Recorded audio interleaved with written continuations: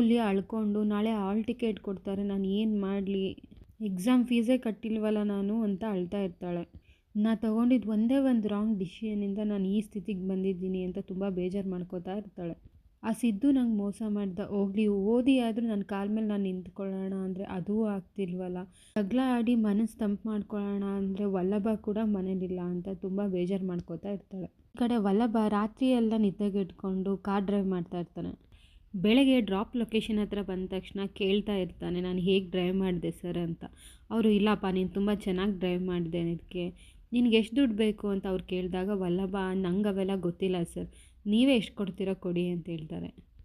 ಅವನಿಗೆ 2,000 ರೂಪಾಯಿ ಕೊಟ್ಟು ಹಾಗೆ ನಿನ್ನ ಡ್ರೈವಿಂಗ್ ನಂಗೆ ತುಂಬ ಇಷ್ಟ ಆಯಿತು ಅಂತ 200 ರೂಪಾಯಿ ಎಕ್ಸ್ಟ್ರಾ ಕೂಡ ಕೊಡ್ತಾರೆ. ಅದನ್ನು ನೋಡಿ ವಲ್ಲಭಗೆ ತುಂಬ ಖುಷಿಯಾಗುತ್ತೆ.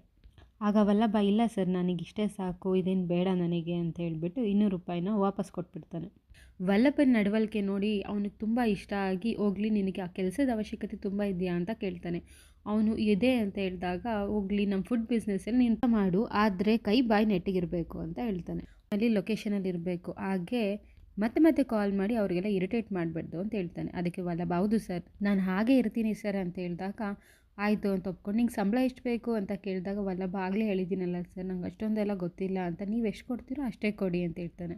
ಸರಿ ನಾನು 13,000 ರೂಪಾಯಿ ಸಂಬಳ ಕೊಡ್ತೀನಿ ಅಂತ ಹೇಳ್ತಾನೆ. ಆ ಪ್ರತಿ ತಿಂಗಳು ನಿನ್ನ ಅಕೌಂಟಿಗೆ ಬರುತ್ತೆ, ಆದರೆ ಕೆಲಸ ನೀಟಾಗಿ ಮಾಡಬೇಕು ಅಂತ ಹೇಳ್ತಾನೆ. ವಲ್ಲಭ ಆಯಿತು ಸರ್ ಅಂತ ಒಪ್ಕೋತಾನೆ. ಅದಕ್ಕೆ ವಲ್ಲಭ ಸರ್ ನಂಗೆ 5,000 ರೂಪಾಯಿ ಅಡ್ವಾನ್ಸ್ ಇದ್ದರೆ ಕೊಡ್ತೀರಾ ಪ್ಲೀಸ್ ಅಂತ ಹೇಳ್ತಾನೆ. ಆಗ ಅವನ ಓನರು ನಾನು ಯಾರಿಗೂ ಕೊಡೋಲ್ಲ, ಆದರೆ ಪಾಪ ನಿನ್ನ ನೋಡಿದ್ರೆ ನಂಬಬೇಕು ಅನಿಸ್ತಿದೆ ಅಂತ ದುಡ್ಡು ಕೊಡ್ತಾನೆ. ಈ ಕಡೆ ವಲ್ಲಭ ಕಷ್ಟಪಟ್ಟು ದುಡ್ದಿದ್ದು ದುಡ್ಡು ನೋಡಿ ತುಂಬ ಖುಷಿ ಪಡ್ತಿರ್ತಾನೆ. ನಮ್ಮಪ್ಪ ಹೇಳ್ತಿರ್ತಾರೆ ಕಷ್ಟಪಟ್ಟು ದುಡಿದ್ರೆ ತುಂಬ ಚೆನ್ನಾಗಿರುತ್ತೆ ಅಂತ. ಈ ದುಡ್ಡಲ್ಲಿ ನಮ್ಮಪ್ಪಂಗೆ ಒಂದು ಶರ್ಟ್ ತೊಗೊಂಡೋಗ್ಬೇಕು ಅಂತ ಆಸೆ, ಆದರೆ ಅವ್ರು ನಾನು ಮಾತಾಡ್ಸೋಲ್ವಲ್ಲ ಅಂತ ಇದು ಮಾಡಿಕೊಂಡು ವಾಪಸ್ ಗಾಡಿಯಿಂದ ಹೋಗ್ತಾನೆ. ಈ ಕಡೆ ಗಿರಿಜಾ ವಲ್ಲಭ ಇನ್ನೂ ಮನೆಗೆ ಬಂದಿಲ್ಲ ಅಂತ ಫುಲ್ ಟೆನ್ಷನಲ್ಲಿದ್ದಾಗ ವಲ್ಲಭ ಮನೆಗೆ ಬರ್ತಾನೆ. ಗಿರಿಜಾ ರಾತ್ರಿ ಪೂರ್ತಿ ಎಲ್ಲೋ ಹೋಗಿದೆ ವಲ್ಲಭ ಅಂತ ಚೆನ್ನಾಗಿ ಬೈತಾ ಇರ್ತಾಳೆ. ಆಗ ವಲ್ಲಭ ಗಿರಿಜನ ಮಾತಿಗೆ ಕಿವಿ ಕೊಡ್ದಾರ ನಿಂತ್ಕೊಂಡಿದ್ದಾಗ ಯಾಕೋ ವಲ್ಲಭ ಏನು ಮಾತಾಡ್ತಿಲ್ಲ ಅಂತ ಕೇಳ್ತಾಳೆ. ಅಷ್ಟೊಂದು ನಂದ ಬಂದು ಬೈತಾ ಇರ್ತಾನೆ, ನಾನು ತುಂಬ ಮಾನಮರ್ದಿ ಕಲ್ತ್ಕೊಂಡಿದ್ದೀನಿ ಇವನಿಂದ, ನನ್ನ ಮಗ ಮಾಧವಂಗೆ ಏನಾದರೂ ತೊಂದರೆ ಆದರೆ ಮಾತ್ರ ಚೆನ್ನಾಗಿರಲ್ಲ ಗಿರಿಜಾ ಅಂತ ಬೈತಾನೆ. ಅದಕ್ಕೆ ಗಿರಿಜಾ ಆಯಿತು ಬಿಡ್ರಿ ಅಂತ ಹೇಳ್ತಾಳೆ. ವಲ್ಲಭ ರೂಮ್ಗೆ ಹೋಗ್ತಾನೆ. ಮತ್ತೆ ಗಿರಿಜಾ ವಲ್ಲಭನ ನೋಡೋಣ ಅಂತ ಹೋದಾಗ ಹಂಗೆ ವಲ್ಲಭ ಮಲ್ಕೊಂಡಿರ್ತಾನೆ. ಅಷ್ಟರಲ್ಲಿ ವಲ್ಲಭನ ಫ್ರೆಂಡ್ ಕಾಲ್ ಮಾಡಿ, ವಲ್ಲಭ ನೀನು ತುಂಬ ಚೆನ್ನಾಗಿ ಕೆಲಸ ಮಾಡಿದಂತೆ ಕಣೋ, ನಮ್ಮ ಮಾವ ಹೇಳ್ತಾ ಇದ್ರು ಅಂತ ಹೇಳಿದಾಗ ಫೋನ್ ರಿಸೀವ್ ಮಾಡಿರುವ ಗಿರಿಜಾ ತುಂಬ ಶಾಕಲ್ಲಿ ನೋಡ್ತಿರ್ತಾಳೆ. ಅದನ್ನು ಕೇಳಿ ಗಿರಿಜಂಗೆ ತುಂಬ ಬೇಜಾರಾಗುತ್ತೆ. ಯಾಕೋ ವಲ್ಲಭ ಈ ಥರ ಮಾಡಿದೆ, ಯಾಕೋ ಹಿಂಗೆಲ್ಲ ಕೆಲ್ಸಕ್ಕೆ ಹೋದೆ ಅಂತ. ವಲ್ಲಭ ಎದ್ದೊಳ್ಬಿಡ್ತಾನೆ. ಗಿರಿಜನ ಮುಖ ನೋಡಿ ಸರಿ ಅಂತ ಎದ್ದೋಗ್ತಾ ಇರ್ತಾನೆ. ಗಿರಿಜಾ ಅಳ್ಕೊಂಡು ಪ್ಲೀಸ್ ಕಣೋ ವಲ್ಲಭ ನನ್ನ ಹತ್ರ 1 ನಿಮಿಷ ಮಾತಾಡು ಅಂತ ಹೋಗಿ ವಲ್ಲಭನ ತಪ್ಕೊಂಡಾಗ ವಲ್ಲಭ ಯಾಕಮ್ಮ ಅಳ್ತಿದ್ಯಾ ಅಂತ ಹೇಳ್ತಾನೆ. ಅದಕ್ಕೆ ಗಿರಿಜಾ ನೀ ಕೆಲ್ಸಕ್ಕೆ ಸೇರ್ಕೊಂಡಿದ್ಯಾ ತಾನೇ, ಯಾಕೋ ನನ್ನ ಹತ್ರ ಸುಳ್ಳು ಹೇಳ್ದೆ ಅಂತ ಕೇಳ್ತಾಳೆ. ಅದಕ್ಕೆ ವಲ್ಲಭ ಅಲ್ಲ ಅಮ್ಮ, ಅಪ್ಪ 27 ವರ್ಷದಿಂದ ಬರೀ ಸ್ಟೋರು ಅಂತ ದುಡಿತಿದ್ದಾರೆ, ಅವ್ರಿಗೆ ಎಷ್ಟು ಕಷ್ಟ ಆಗಿರ್ಬಿಡ್ದಲ್ವ ಅಮ್ಮ ಅಂತಾನೆ. ಅದಕ್ಕೆ ವಲ್ಲಭ ಅಪ್ಪ ನಮಗೋಸ್ಕರ ಒಂದು ಸೇತುವೆನೇ ಕಟ್ತಿದ್ದಾರೆ, ಅಟ್ಲೀಸ್ಟ್ ನಾನು ಅದನ್ನು ಅಳಿಲು ಸೇವೆ ಮಾಡ್ತಿದ್ದೀನಿ ಅಷ್ಟೇ ಅಂತ ಹೇಳ್ತಾನೆ. ಅದಕ್ಕೆ ಗಿರಿಜಾ ನೀನು ಅಳಿರಲ್ಲ ಕಣೋ, ನೀನು ಹನುಮಂತ ಅಂತ ಹೇಳ್ತಾನೆ.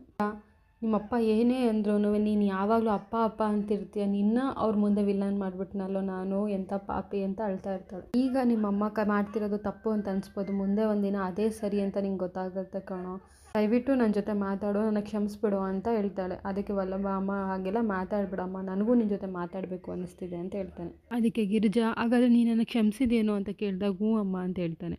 ಈ ಕಡೆ ಅಮೂಲ್ಯ ನಲ್ಲಿ ಕುತ್ಕೊಂಡಿದ್ದಾಗ ಎಲ್ರಿಗೂ ಹಾಲ್ ಟಿಕೆಟ್ ಬಂದಿದೆ ಅಂತ ಅವ್ರ ಟೀಚರ್ ಕೊಡ್ತಾ ಇರ್ತಾರೆ. ಆಗ ಅಮೂಲ್ಯ ನನ್ನ ಎಕ್ಸಾಮ್ ಫೀಸೇ ಕಟ್ಟಿಲ್ವಲ್ಲ ಅಂತ ಸುಮ್ಮನೆ ಕುತ್ಕೊಂಡಿದ್ದಾಗ ಅಮೂಲ್ಯ ಹೆಸರು ಕರೀತಾರೆ. ಆಗ ಅಮೂಲ್ಯ ಫುಲ್ ಶಾಕಲ್ಲಿ ನೋಡ್ತಾ ಇರ್ತಾಳೆ.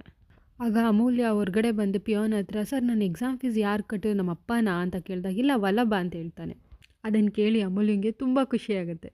ಅಷ್ಟರಲ್ಲಿ ವಲ್ಲಭ ಅಮೂಲ್ಯ ನೋಡಿಕೊಂಡು ಗಾಡೀಲಿ ಬರ್ತಾನೆ. ಅದನ್ನು ನೋಡಿ ಅಮೂಲ್ಯ ಹೋಗಿ ನೀನು ನನ್ನ ಎಕ್ಸಾಮ್ ಫೀಸ್ ಕಟ್ಟಿದೆ, ಹೇಗೆ ಕಟ್ಟಿದೆ ಅಂದಾಗ ಅದೆಲ್ಲ ಬೇಡ ನಿನಗೆ, ಈ ಸಿದ್ದು ಕತೆ ಇವೆಲ್ಲ ಕತೆ ಬಿಟ್ಟು ನೀನು ಚೆನ್ನಾಗಿ ಓದಿ ಒಳ್ಳೆ ಮಾರ್ಕ್ಸ್ ತೆಗೆದ್ರೆ ನಿಮ್ಮಪ್ಪ ನಿನ್ನನ್ನು ಒಪ್ಕೋತಾರೆ ಅಂತ ಹೇಳ್ತಾನೆ. ಚೆನ್ನಾಗಿ ಓದ್ಕೊ, ನಾನು ನಿನ್ನ ಕರ್ಕೊಂಡು ಹೋಗೋಕ್ಕಾಗಲ್ಲ, ರಾತ್ರಿ ಮನೆಗೆ ಬರ್ತೀನಿ ಅಂದ್ಬಿಟ್ಟು ಹೋಗ್ತಾನೆ. ಅದನ್ನು ನೋಡಿ ಅಮೂಲ್ಯ ಫುಲ್ ಖುಷಿ ಆಗ್ತಾಳೆ. ಈ ಕಡೆ ನಂದ ಗೋಡೌನ್ ಬೇಕು ಸಾಮಾನುಗಳನ್ನೆಲ್ಲ ಇಡೋಕ್ಕೆ ಅಂತ ಮಾತಾಡ್ತಿರ್ತಾನೆ. ಇರೋದೊಂದು ಗೋಡೌನ್ನು ವಲ್ಲಭಂಗೆ ಕೊಟ್ಬಿಟ್ವಿ, ಈಗ ಯಾವುದೂ ಇಲ್ವಲ್ಲ, ಹೊಸದು ಕಟ್ಸ್ಬೇಕು ಅಂದರೆ ದುಡ್ಡು ಬೇಕಾಗುತ್ತೆ ಅಂತ ಮಾತಾಡ್ತಿರ್ತಾನೆ. ಅಷ್ಟರಲ್ಲಿ ವಲ್ಲಭ ಡೆಲಿವರಿ ಡ್ರೆಸ್ ಹಾಕ್ಕೊಂಡು ಬಂದು ಒಂದು ಬಿಸ್ಕೆಟ್ ಕೊಡಿ ಅಂತ ಕೇಳ್ತಾನೆ. ಕೇಶವ ಯಾಕೋ ಈ ಬಟ್ಟೆ ಹಾಕ್ಕೊಂಡಿದ್ಯಾ ಅಂತ ಕೇಳಿದಾಗ ನಂಗೊಂದು ಬಿಸ್ಕೆಟ್ ಕೊಡಿ ಅಂತ ಹೇಳ್ಬಿಟ್ಟು ಅಂತ ಕೇಳ್ತಾನೆ. ಅದಕ್ಕೆ ಕೇಶವ ಯಾಕೋ ಈ ಬಟ್ಟೆಲಿದೆ ಹೇಳು ಅಂದಾಗ ನಾನು ಫುಡ್ ಡೆಲಿವರಿ ಕೆಲಸಕ್ಕೆ ಸೇರ್ಕೊಂಡಿದ್ದೀನಿ ಅಂತ ಹೇಳ್ತಾನೆ. ಆಗ ನಂದ ವಲ್ಲಭನ ಮುಖ ನೋಡ್ತಾ ಇರ್ತಾನೆ.